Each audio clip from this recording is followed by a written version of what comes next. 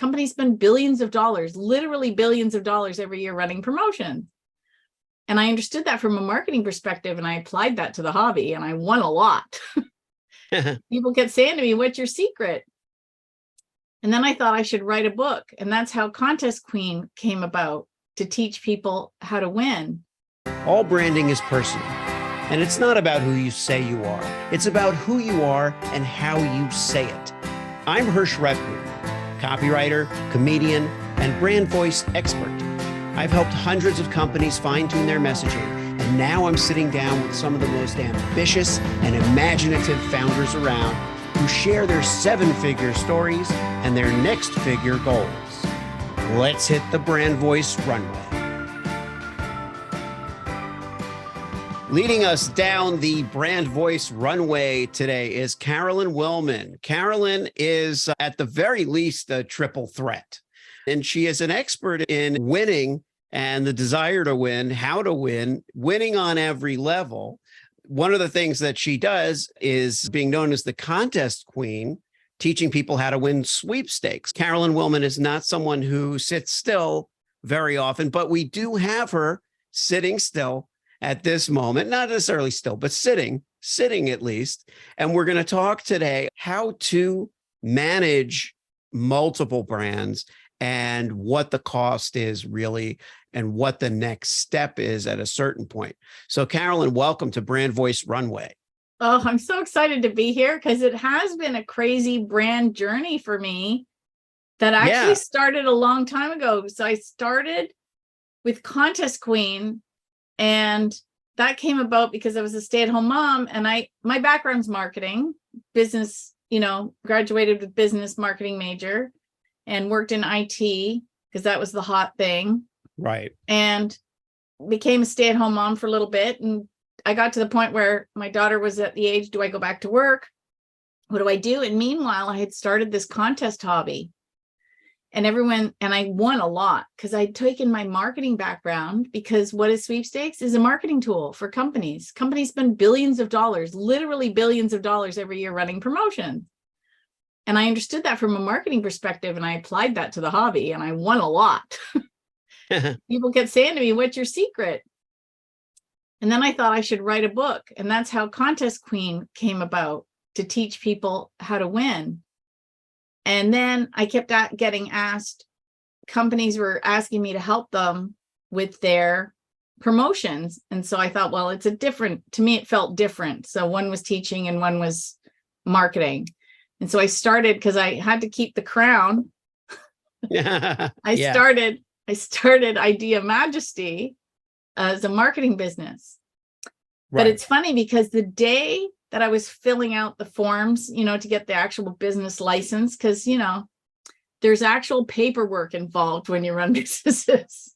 Yeah, of course. Accounting, paperwork, bank accounts, that kind of thing. Yeah. So while I was filling out the form to make it a legal entity, I had this distinct feeling that there was a third business, and I'm like, no, it's so much work. And I just stopped it. And then how my new business came about was and this is a long time ago, in 2008, when I was just the contest queen, even before I started Idea Majesty, Helene Hansel, actually, I had a podcast before it was cool, and I had her on as a guest. And off air, I asked her if I could come visit her, and she said no. Oh, wow. And she was highly intuitive. And 3 days later, she phones me back and she said, "Your spirit guides are so loud. You better come visit." And I thought, well, incredible. I'm loud in real life, so of course my guides would be loud. Right. So I went down and visited her. And while I was there, she said, "You have to teach my stuff," because she called it maneuvers for witchcraft, because no one's going to do it. I think by then she was 84. And I think she realized her children and her grandchildren were not going to maintain her legacy. And if she didn't hand the gauntlet off to somebody, it wasn't going to happen. And I said, yes. Then my life did this. Mm-hmm. And so I got a divorce. We went bankrupt. I nearly lost my business. Like, it was all because of Helene. No, just because life, Yeah. bad timing. So I never did anything with her stuff. And meanwhile, I started Idea Majesty and I kept going with all of that. I think a lot of people have heard of Helene Hadsell, the Yeah. contest, the original kind of contest queen. She won a lot of contests, had figured out how to always win, essentially, was the notion, right? And I guess she was, in her mid 80s when she passed. Yeah. And so she left behind this legacy in these books. So you decided, okay, I'm going to talk to the son and get. Yeah. So I talked to Dyke and he had known that I had been there and maybe Helene said something to him because he had other people asking, but he sold them to me because I think he knew that this was the path that his mom had wanted. Right. Because I, one, also focused on sweepstakes because nobody else does like I do. I mean, there's other teachers out there, but it's not quite the same. And I also teach the mindset stuff because I believe you have to think you're a winner before you're a winner. And that's how she thought. Right. Because she used to work with Jose Silva. She was his assistant. And our lives parallel a little bit because I've been helping Silva Canada with their workshops and promotions. Mm-hmm. So I've got like this parallel thing going on with Helene. And this is actually an important lesson I want to teach your viewers and listeners. Okay. Every, challenge is actually an opportunity because I got a message from Amazon one day saying that they didn't like how the copyright page was written in her book.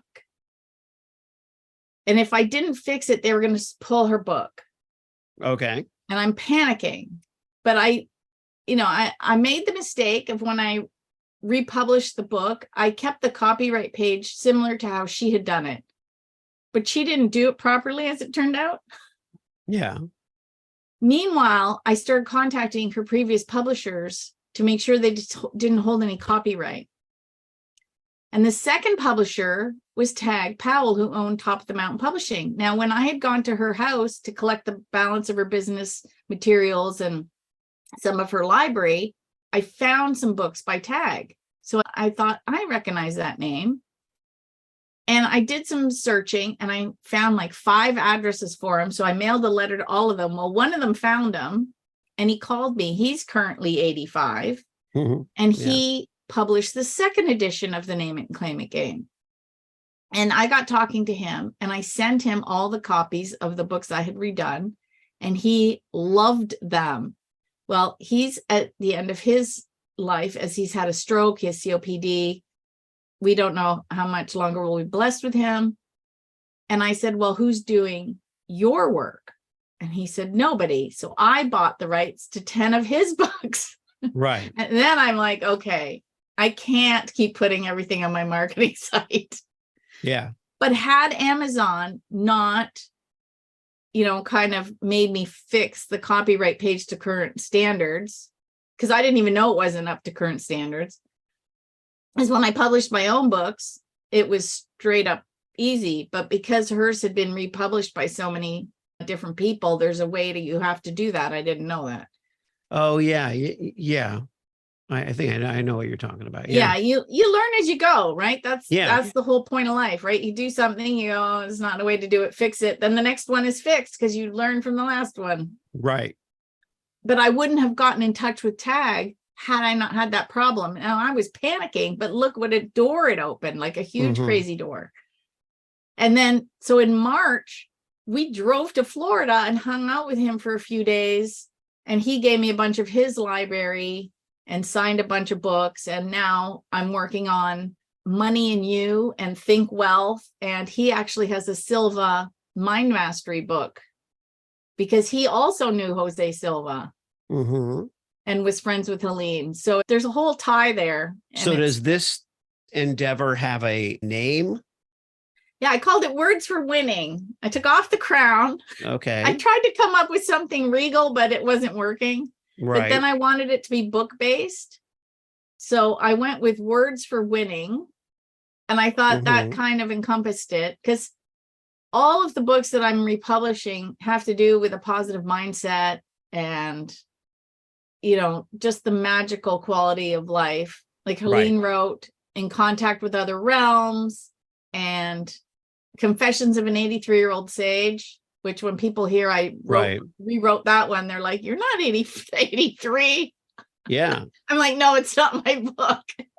So now when you think about these three businesses, Contest Queen, tell me what's going on with that business. So that one, I really like Contest Queen because let's face it, who doesn't like to win stuff? Yeah. And I still enter as a hobby, but not as frequently as I would like. The average sweepstaker will spend an hour to 2 hours a day entering. And a lot of times people do it with a laptop or a tablet, just watching TV. Mm-hmm. It's easy. You're just sitting there. Why not just have your little laptop and sit and enter? But I haven't been doing that because I've been busy. What's the most that someone can win or has won doing this your methods? Well, and Helene won a house. Yeah. At the convention, there are several people that won $100,000. Mm-hmm. A lot of people won like 5 or 10. Actually, Tom Cavalli, who owns I Win Contest, did a speech where he had just won $10,000. It's a fun hobby. It's a fun hobby. It's a really fun hobby. But even things that relative to the time that you have to spend to enter, right? Yeah, and there's all kinds of things. Like there's 3 things you can win. And this is going back to what companies use as a marketing tool, which is one of the things, your show, Yes Brand, they should always do things that reflect their brand, which makes sense. And you see that in the promotions. And it's a lot of fun. This is how incorporated prizes are in my life. Like I won the Fitbit.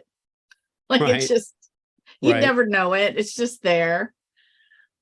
But a lot of other things I pay for most things, sadly. I think it would be interesting to break down these 3 now in the way that we think how they might fit together and help you as you had mentioned to me before, create a consistent atmosphere around these businesses so they can grow the way you want to see them grow, which is also what that brand voice runway thing is. It's your next figure brand voice. It's, where are you, how are you going to break? Like I call it sometimes plateau fever.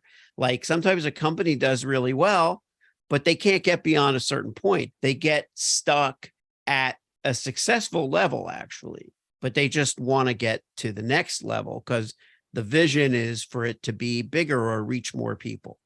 So why don't you share with me for each of these things a little bit about your vision, where you would like to see them go?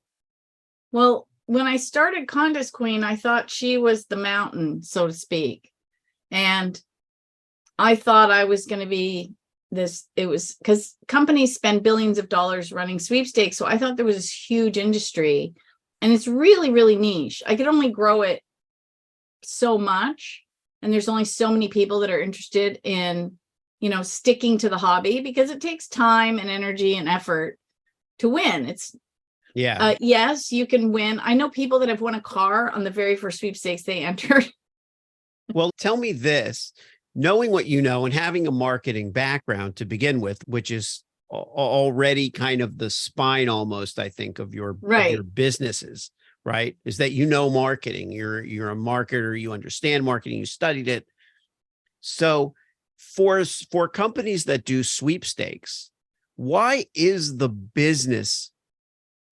you think it is that the business is so big and yet the business of winning, teaching people to win, doesn't match the business of actually running sweepstakes? I think because there's a lot of myths out there. The ones I hear is it's a scam, and even companies think it's a scam. Right, a lack of trust. Frustrates me to no end because I did this 2 days ago. TikTok removed one of my videos because I violated community guidelines sharing things that aren't financially sound. Right. And I was so angry, and I appealed it, and they said, no, we still deleted the video because you're not following the community guidelines, and I could lose my account.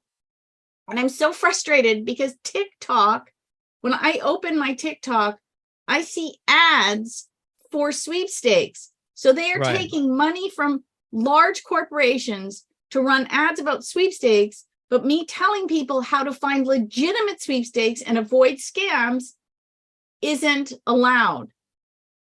And I was so frustrated because it's a multi-billion-dollar industry. And then a lot of people don't read rules. I get people telling me, this is a scam. I paid $89 to win this thing from, this company, and they took my money and I never got my prize. And I'm like, okay, that's not a real sweepstakes. This is why I try and teach people how to do that. And then they don't read the rules. So somebody said, well, I entered the sweepstakes and my inbox was flooded with spam, and, right away. And there's a lot of promotions that kind of ride the edge, so to speak. They say right up front, hey, we're going to sell your data if you enter. Right. We are giving away the prize, but we're also going to sell your stuff. And here's the legal clause that says that. Right. And they enter it, and then all of a sudden they're flooded with spam. And so they think it's a scam. And it's really hard to crack through that myth that nobody gets anything for free. And then I'm at the sweepstakes convention, and there's one of the sweepers giving a talk on how he rode a private jet with Usher and was a VIP at Usher's concert. When is that going to happen? He won. Is that what? Tell me about the term sweepers. Sweepers refers to. No, go ahead. But there's lingo. Sorry, I forgot there's lingo. Tell me some lingo. So sweepers refers to. The sweepers are people that like to enter sweepstakes. But that's an American term. In Canada, they call them contesters because we enter contests. And in the UK and Australia, it's compers because they enter competitions. But it's all the same thing. Got it. I say, like Shakespeare, a rose by any other name smells as sweet. Just call me a winner. But he won. He won an MGM Grand Rewards sweepstakes that was you were to be a VIP. Right. And what better than to be picked up in your hometown by a private jet and whisked off to, I can't remember the city. They had to change the city because there was some conflict in schedule. Anyway, it didn't matter. They didn't care. They got whisked off to some city, and they had a special, pretty much on stage section. They sat there. They were all dressed up. They were given champagne. They were getting fed and the hotel is like the presidential suite kind of thing. Like, when are you ever going to live that in your everyday life? Right. And so that's you can win prizes like that. Yeah. And that's then also, sorry. We're just both so excited. We're both excited. And it's funny, but I totally get it. People, that's our vision, our old timey kind of vision of contests is that. I remember watching the Partridge Family or who knows what. And it was that thing, somebody's the limo's going to roll up to your door. It's going to be Mick Jagger in the limo. They're going to pick you up. You're going to go have dinner with the Rolling Stones. And then you're going to go see them in concert. It's that was our dream contest. And now sweepstakes could be if you think of the movie Punch Drunk Love, where Adam Sandler's character figures out a way to win, win a trip, it's a trip to Hawaii, and it has something to do with, if you collect enough pudding, if you buy enough pudding, chocolate pudding, you'll win a trip to Hawaii. And he does it. He games it. There's different things. There's also has to be a no purchase entry. Right. And there's always product involved. Like on my desk, I have a bottle because it has a QR code that I scan every day to enter. Okay. And then this jar is now empty because I collected all the monster tabs. And so how many things are you said you don't do it that much anymore? I'm not right at this second, because my goal for the end of the year is to have published 5 books, 3 Audible and 2 print. So I'm a little bit busy, but I can't help it. I do enter a little bit every day because it's just a bit of an addiction. Okay. Yeah, a bit. I like archetypes, and I swear I have the gambler archetype, Right. but it's thankfully partnered with the miser. So I don't like to spend money at the casino. I prefer to enter sweepstakes because they're free and I get the same rush when I win. That's awesome. But the great thing about the hobby is you can win things that help with your everyday budget. So you'll win, gift cards for grocery shopping. So now that money, you can save it, put it towards a vacation, pay off your debt, whatever. You can win things that are a little bit out of your budget, like a brand new fridge or a car or trips. And then there's the dream prizes, like what I just described, like that is never going to happen in your everyday life. Like I have one of my favorite pictures is me and Sting. That's not going to happen every day. Right. Me and Michael Bublé. That's not happening every day. Right. And those were contests. Those were things that you won. Okay. So the contest queen, the tenets of the business part of that are what? Like where does I make my money as the contest queen is I sell books and I host books that you've written. Yeah. Books, so I've written actually books. On either side. You can't win if you don't enter, and how to win cash cards, trips, and more. And I'm working on my last sweepstakes book because I don't see myself writing more in this genre because I have other things. We'll talk about that. I'm currently working on prizes everywhere. Okay, that's the third one. That's be the third one. So the third book I keep of changing the trilogy. The name as I come out with an edition. Right. Because it makes it more clear, but it keeps changing because the hobby keeps changing. Like when I wrote the first one, there was still a lot of mail in, and I haven't seen mail in years. There's still some things, but now I'm adding a whole section on TikTok giveaways. Like those have really started to be up and coming. There's all new ways to win. Okay. It's so fun. Okay. And then, so that's where I make money there. And then with Idea Majesty, I work with brands on promoting Carolyn, sweepstakes. Excuse me. So the books are one revenue stream. Right. What else is a revenue stream related to Contest Queen? Well, workshops. I teach online workshops because, sorry, I thought I had said that. I apologize. You might have, but okay.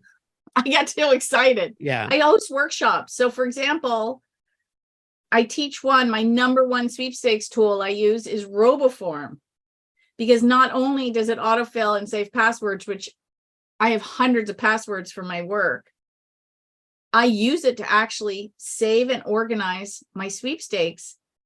So I have a system that I teach people so they can enter faster.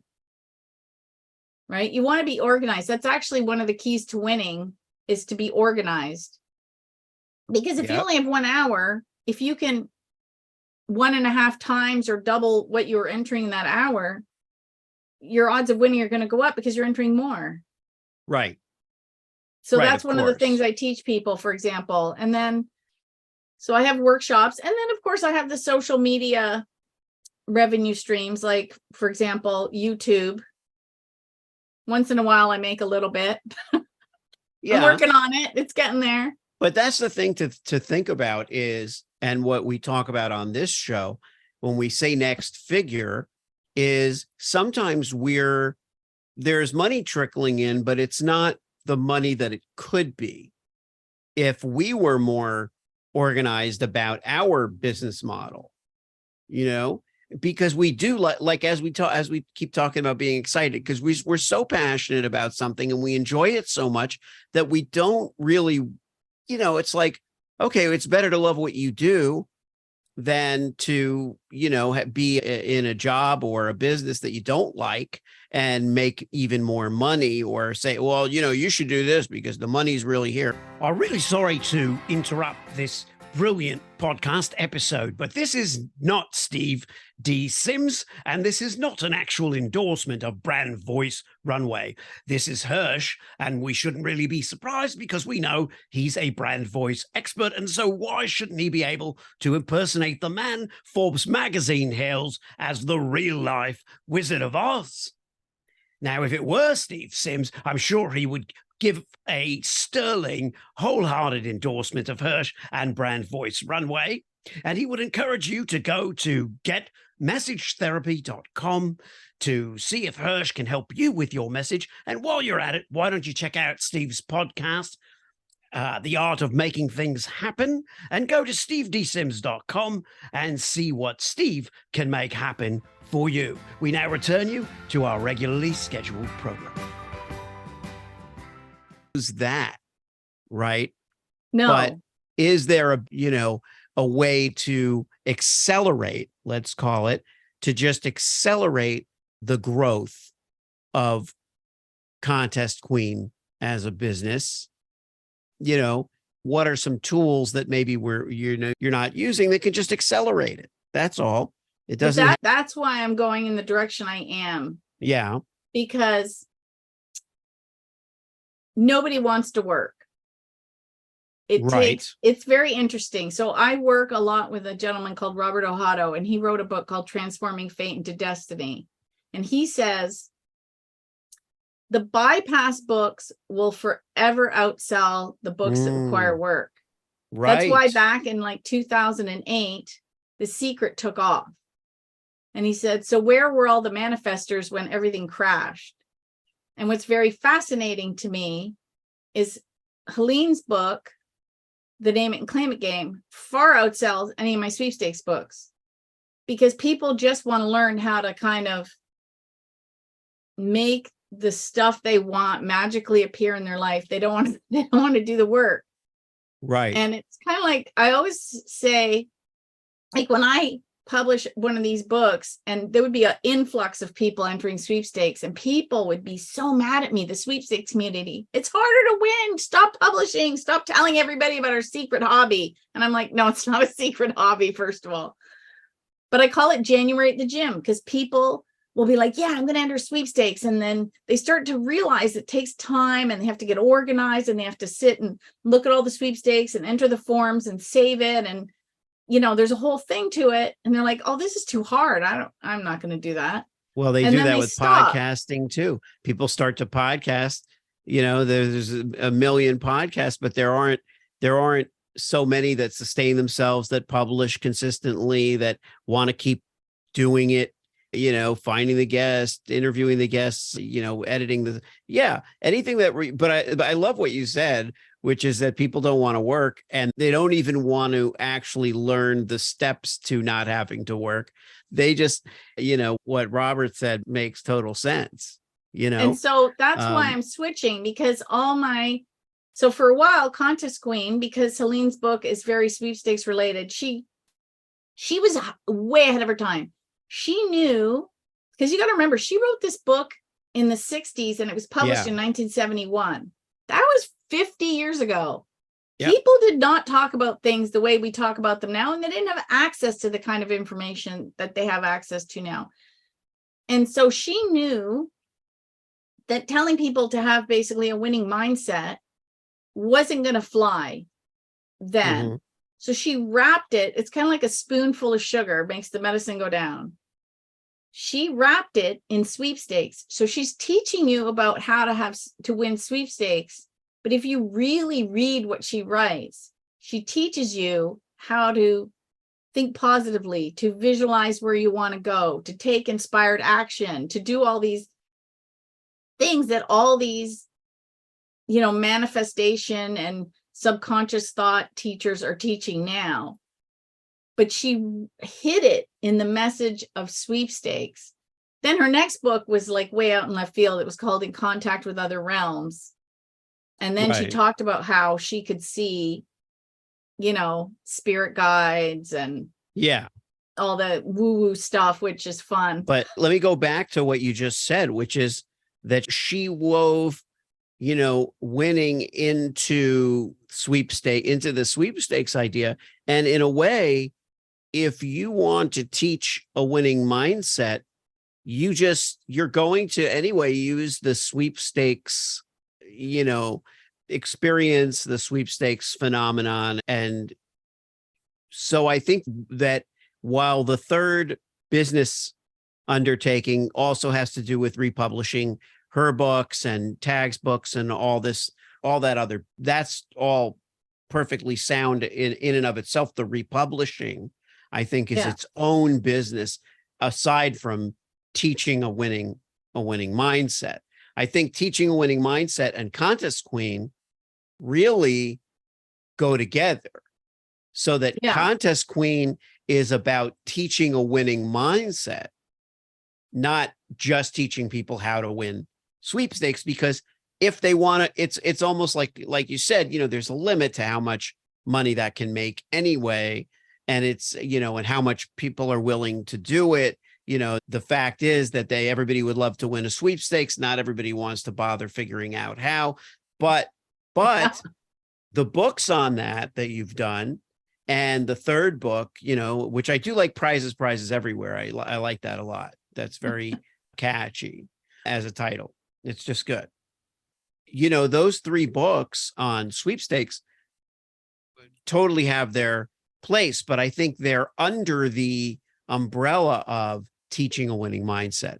I can teach a winning mindset. I can teach you how to change your attitude in ways that's going to make you more successful in life and in business. But if you're interested in the sweepstakes and how to win sweepstakes, there's also the Contest Queen series of books, right? And that's great. But I think that the sweepstakes stuff should just be woven into, could either be a hook for the mindset, teaching, or a foundation for it. But really, more people will probably come to you for mindset coaching, because then they will for sweepstakes coaching. That's what I'm finding. That's why I started Words for Winning, and I'm slowly moving like all of Helene Hadzel's stuff over while I'm working on Tag stuff. And I'm doing the Audible books, and I'm looking to get them translated and things like that, because people really want to know more about her and him and how they were so successful in their lives, and how people can replicate it. So that's why I see Words for Winning eventually eclipsing Contest Queen. But again, I just started it this year because I knew, and I kind of got pushed into it because I went and bought all of Tag's things, and I thought, okay, I can't leave them on the marketing. So then, because I was still focused on Contest Queen, and it started, and it was coincidentally at the exact same time I had started republishing Helene's books. I just let poor Idea Majesty sit dormant while I worked on all these books and things that I was able to do during the pandemic, because it's easy to sit at home. It was perfect for me to sit at home and rewrite and edit books because I wasn't doing anything else. The contest had disappeared and the marketing business had disappeared. And now, interestingly, though, the Idea Majesty company could be, now that are kind of thankfully out of the pandemic, it could be the most profitable piece in the short term, like as a consulting business, right? If the sweepstakes business is still healthy. It's starting to come back. I don't think it's 100% where it is, but I'm focusing on getting all these books out right now. So I've decided that what I'm doing is 2023 is Words for Winning. Right. And then once I get a few projects under my belt, then 2024, I'm going to start to revive the poor girl that has gone to sleep and start to bring her back. Right. And revive that. Like I am a one-woman show at the moment, and I have people helping me, but nobody Yeah. full time. And hopefully then by then I'll have some funds and I can, Well, that's that's part the of other it. thing, you know, it Yeah. fluctuates, right? That's the one thing about being self-employed. One month's really good and another month might be a little lower. And Well, there's the part of what you may want to look at is that the less integral you are to the nuts and bolts of the day to day, the better set up you are for growth, because right, that's, scaling a yeah, business relies on, like, I've faced that as a copywriter. As a copywriter, the projects are only going to be so big. Like, it isn't the size of my projects that needs to change. It was the scalability, in the sense that if I were going to write every word of everything that I do, there's only so much I can do. right, Whereas, for me, it was about creating a business that would involve placing other writers, finding A-list writers for my clients turned out to be a real lifesaver, because I realized, well, I'm as a consultant, as a creative consultant, let's say, or as a strategist, I'm able to talk to a lot of different clients a lot. But as a writer, I need to find other writers who can take the creative direction that I provide, and be assigned to take on my clients as clients. In other words, they can yeah, have my client as a client. I'm not in the business of creating a writer factory, but I know a lot of writers, and I know writers that are very, very good at what they do. And they are, in this day and age, especially with AI and all that other stuff, are looking for that marriage, right? So in a way, I'm kind of right, a matchmaker, which serves me, because then I don't have to write every single campaign. I write the first campaign that I do for a client, because I think that helps set the tone, capture their yes, voice, and this is all pretty unusual. Like, we're similar in that we're atypical. We're not the typical kind of entrepreneur or business owner, but we need to scale. And I think that that's something you're going to probably want to look at is, how do you scale all of this so that every piece of it is yeah, scalable, so that it's not about, like you told me when we were having some technical difficulties, you're like, oh, it's okay. I can wait 10 minutes for you to go take care of this, because I have 100 things to do at any given moment anyway. And it's like, that is probably something that, that you're managing too. well, I'm You working on automation this year too. Like, that's right. the other thing that I've been working on getting back to, because that Yeah. way things are just happening while I'm doing other things. And Right. so part of the, growth for me is to also automate things. So I installed Calendly, for example. I'm like, why Yeah. hadn't I installed this before? Yeah. Yeah. I did that stuff, like the apps and the automations and things, I got into maybe a year ago. And now I'm in that second phase of scaling where, and I think that this is important for a lot. We're creative people, business owners, entrepreneurs are creative people by nature. There's a difference between being creative and being an artist, which it took me a while Right. to understand. An artist is typically someone who creates, for the purposes of expressing themselves through a medium like the written word or the visual storytelling. But creativity is about, where the ingenuity part comes in.